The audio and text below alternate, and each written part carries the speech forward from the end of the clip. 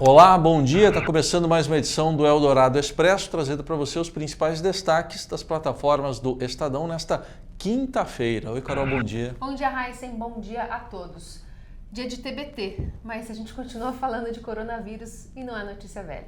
Assunto que domina o mundo, né? O noticiário, e a China atualizou os números sobre o coronavírus nesta quinta-feira, com 564 mortes e 28 mil casos confirmados no país. Está indo lá para a China, ou estão indo lá para a China, 2 aviões brasileiros que vão trazer brasileiros de volta e que ficarão em quarentena de 18 dias na base aérea de Anápolis, no estado de Goiás. O número é que ainda está um pouco indefinido. Ontem, nesse horário aqui de manhã, a gente falava em 29, subiu para 34 e o próprio ministro da Saúde aqui do Brasil, o Luiz Henrique Mandetta, diz que esse número ainda pode ser alterado.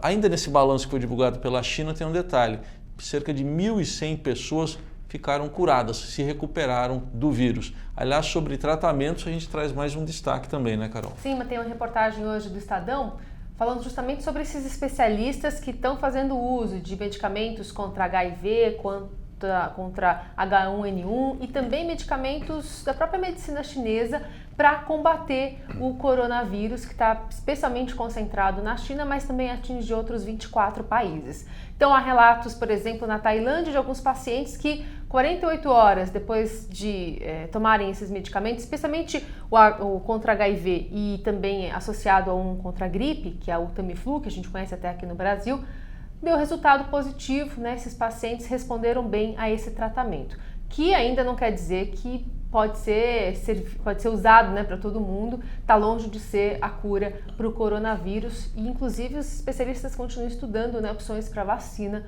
para essa epidemia.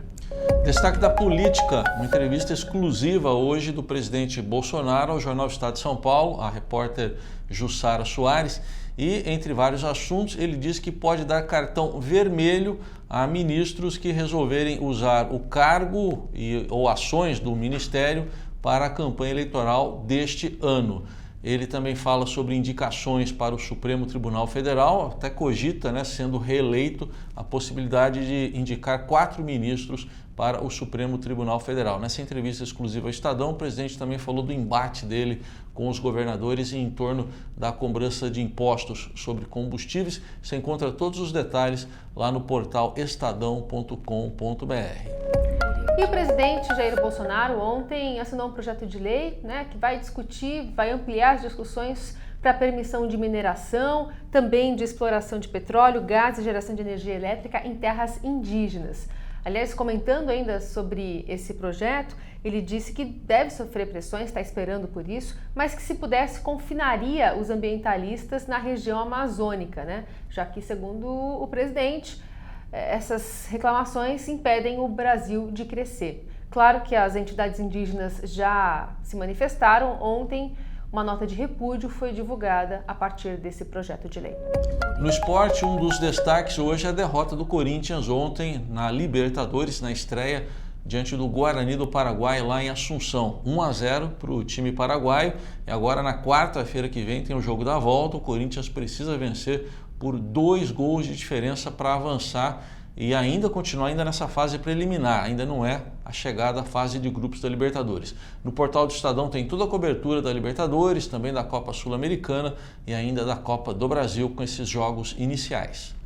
E o adeus a Kirk Douglas, né, que morreu ontem aos 103 anos. Ele que fez história, né? Todo mundo o nomeia como integrante da era de ouro de Hollywood. Foi indicado 3 vezes ao Oscar e morreu depois de ter deixado um grande legado, né? O principal papel que muitas pessoas estão relembrando, acho que foi um grande destaque da carreira dele, foi Spartacus, uma parceria com Stanley Kubrick.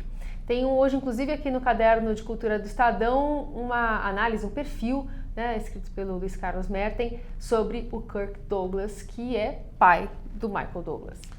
Estes e outros assuntos você acompanha nesta quinta-feira nas plataformas do Estadão. Um ótimo dia para você. Até amanhã. Até amanhã.